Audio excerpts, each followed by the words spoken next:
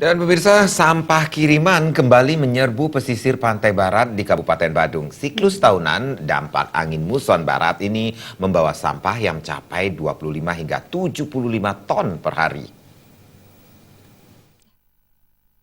Pada bulan November hingga April tahun berikutnya ini menyerbu sedikitnya 7 km pesisir pantai barat di Kabupaten Badung.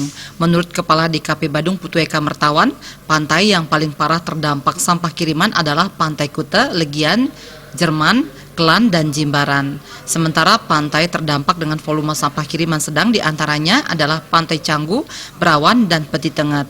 Pantai di kawasan Pecatu seperti Dreamland dan Labuan Said relatif aman dari sampah kiriman.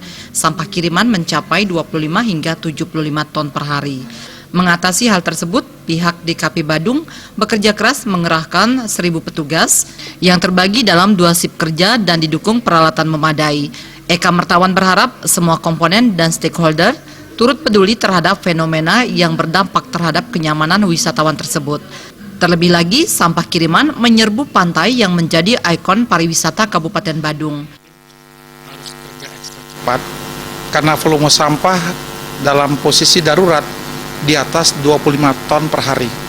Saat ini sampah kami dapatkan dari menyisir seluruh pantai 75 ton per hari dan akan terus bertambah seiring dengan datangnya tahun baru.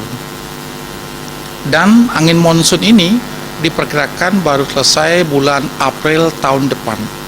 Nah, kondisi ini membuat kami, tim DKP Badung, mengerahkan penuh tenaga, yaitu hampir 1.000 dengan 5 wilayah dari Pantai Canggu sampai dengan Jimbaran. Mudah-mudahan dengan adanya kondisi ini kami bisa lebih cepat menuntaskan sampah dan wisatawan pun yang berlibur di Bali tenang. Sampah kiriman yang merupakan siklus alam tahunan ini diprediksi akan terus mengotori pantai di Kabupaten Badung hingga April 2017 mendatang.